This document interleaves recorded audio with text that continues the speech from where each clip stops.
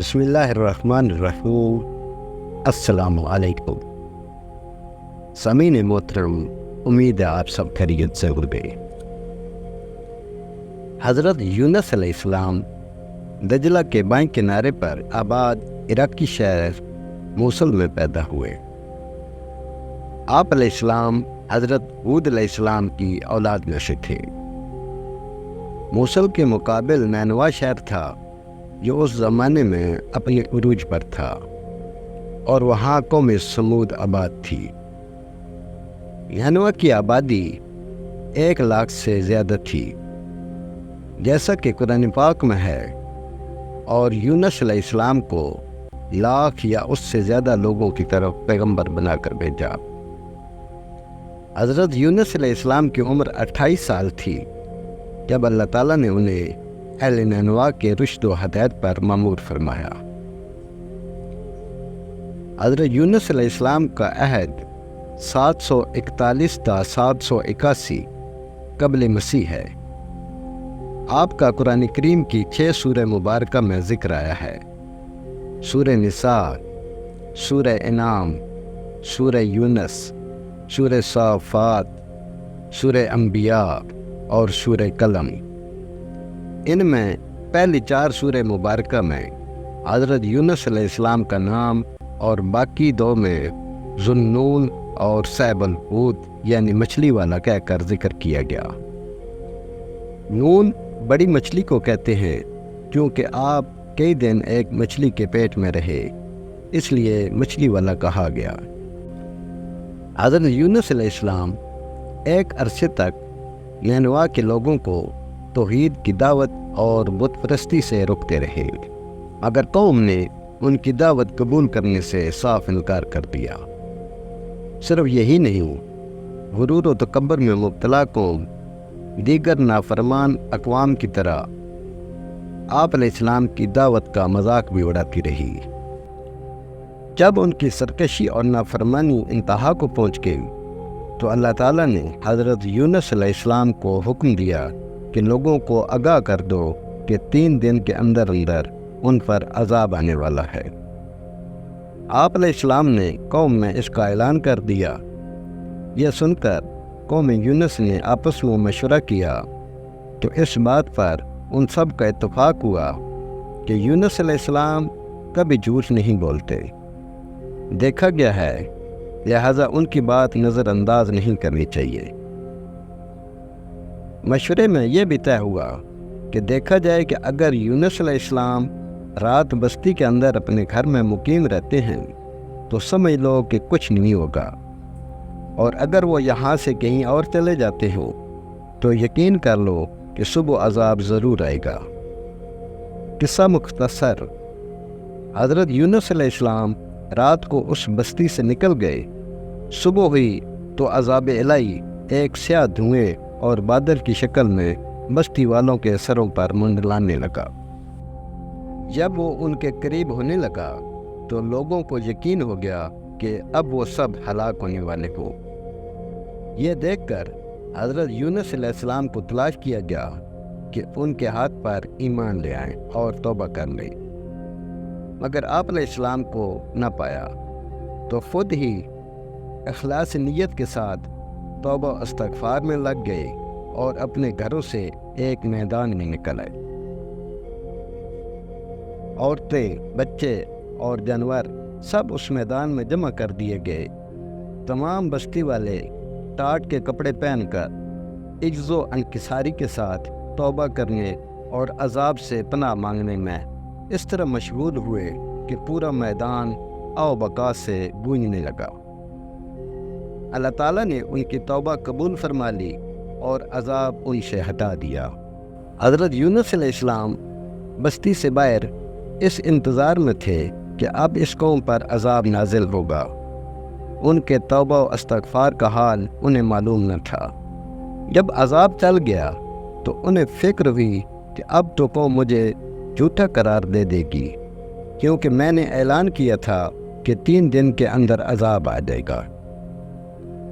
اس قوم کا قانون تھا کہ جس شخص کا جھوٹ معلوم ہو اور وہ اپنے کلام پر کوئی شہادت پیش نہ کر سکے تو اسے قتل کر دیا جاتا۔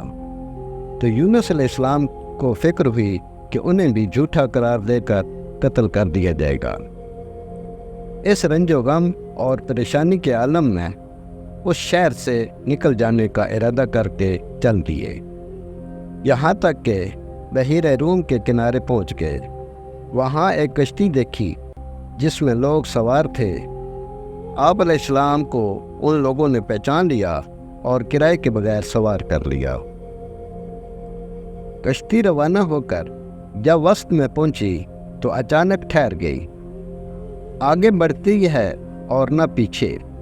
کشتی والوں نے منادی کی کہ ہماری اس کشتی میں کوئی ظالم، گنہگار یا بھاگا ہوا غلام سوار ہو جاتا ہے تو یہ کشتی خود بخود رک جاتی ہے۔ ایسے آدمی کو چاہیے کہ خود کو ظاہر کر دے تاکہ اس کی وجہ سے سب پر مصیبت نہ آئے۔ اس پر حضرت یونس علیہ السلام بول اٹھے کہ وہ بھاگا ہوا غلام گنہگار میں ہی نہیں، کیونکہ اپنے شہر سے نکل کر کشتی میں سوار ہونا ایک طبعی خوف کی وجہ سے تھا، بے اذن الہی نہ تھا، اور اللہ تعالیٰ کے حکم کے بغیر یوں چلے آنے کو حضرت یونس علیہ السلام کی پیغمبرانہ شان نے ایک گناہ قرار دیا کہ پیغمبر کی کوئی نقل و حرکت بلا اذن الہی نہیں ہونی چاہیے۔ بہرحال آپ نے فرمایا مجھے دریا میں ڈال دو تو تم سب اس عذاب سے بچ جاؤ گے، مگر کشتی والے اس پر تیار نہ ہوئے، بلکہ انہوں نے قرعہ اندازی کی تاکہ جس کا نام نکلے اسے دریا میں ڈالا جائے۔ لیکن قرعہ اندازی میں بھی آپ علیہ السلام کا نام نکل آیا۔ لوگوں کو اس پر تعجب ہوا تو کئی مرتبہ قرعہ اندازی کی گئی اور ہر مرتبہ آپ علیہ السلام کا نام آتا رہا۔ ایک طرف قرعہ اندازی میں نام نکلنے پر آپ علیہ السلام کو دریا میں ڈالے جانے کا سامان ہو رہا تھا، دوسری طرف ایک بہت بڑی مچھلی اللہ تعالیٰ کے حکم پر کشتی کے قریب منہ کھولے موجود تھی کہ آپ کو اپنے پیٹ میں جگہ دے۔ حضرت یونس علیہ السلام جیسے ہی پانی میں گئے، مچھلی نے فوراً انہیں اپنے پیٹ میں لے لیا۔ حضرت یونس علیہ السلام اس مچھلی کے پیٹ میں 40 روز رہے۔ یہ انہیں زمین کی تہہ تک لے جاتی اور دور دراز کی مسافتوں میں پھراتی رہی۔ بعض افراد نے 7، بعض نے 5 دن اور کئی ایک نے مچھلی کے پیٹ میں رہنے کی مدت 6 گھنٹے رکھی۔ حقیقت حال تو اللہ تعالیٰ ہی کو معلوم ہے۔ اس حالت میں حضرت یونس علیہ السلام نے دعا کی، لا الہ الا انت سبحانک انی کنت من الظالمین۔ تو اللہ تعالیٰ نے دعا قبول فرمائی اور مچھلی نے آپ علیہ السلام کو بالکل صحیح سالم حالت میں کنارے پر ڈال دیا۔ مچھلی کے پیٹ کی گرمی سے ان کے بدن پر کوئی بال نہ رہا۔ اللہ تعالیٰ نے ان کے قریب ایک درخت اگا دیا جس کے پتوں کا سایہ ان کے لیے راحت کا سبب بن گیا۔ ایک جنگلی بکری اللہ تعالیٰ کے حکم سے صبح و شام آپ کے پاس آ کھڑی ہوتی اور آپ علیہ السلام اس کا دودھ پی لیتے۔ رسول اکرم صلی اللہ علیہ وآلہ وسلم نے فرمایا، جب اللہ تعالیٰ نے حضرت یونس علیہ السلام کو مچھلی کے پیٹ میں قید کرنے کا ارادہ فرمایا تو مچھلی کو حکم دیا، ان کو لے لو، لیکن ان کے گوشت پر تیرا تصرف نہیں، کیونکہ یہ تیری غذا نہیں۔ جب مچھلی آپ کو لے کر سمندر کی انتہائی نچلی سطح میں پہنچی تو آپ علیہ السلام نے کچھ راہٹیں سنی۔ اس پر اللہ تعالیٰ نے وہی فرمائی، یہ سمندری جانوروں کی تسبیح ہے۔ اس موقع پر حضرت یونس علیہ السلام نے بھی تسبیح کی۔ جب فرشتوں نے آپ علیہ السلام کی تسبیح سنی تو بارگاہ خداوندی میں عرض کرنے لگے، اے ہمارے پروردگار، ہم ایک نحیف اور کمزور سی آواز کسی اجنبی زبین سے سن رہے ہیں۔ اللہ تعالیٰ نے فرمایا، یہ میرا بندہ یونس ہے۔ فرشتوں نے عرض کیا، وہ تو نیک بندے ہیں اور ان کی طرف سے ہر شب و روز آپ کے پاس نیک عمل پہنچتا ہے۔ اللہ تعالیٰ نے فرمایا، ہاں، یہ میری بہت اچھی تسبیح کرتے ہو۔ پھر فرشتوں نے اللہ تعالیٰ کے حضور حضرت یونس علیہ السلام کی سفارش کی تو اللہ تعالیٰ نے مچھلی کو حکم دیا اور اس نے آپ علیہ السلام کو سمندر کے کنارے مزید اچھی ویڈیوز کے لیے ہمارے چینل کو لائک کریں، سبسکرائب کریں اور شیئر کریں۔ شکریہ۔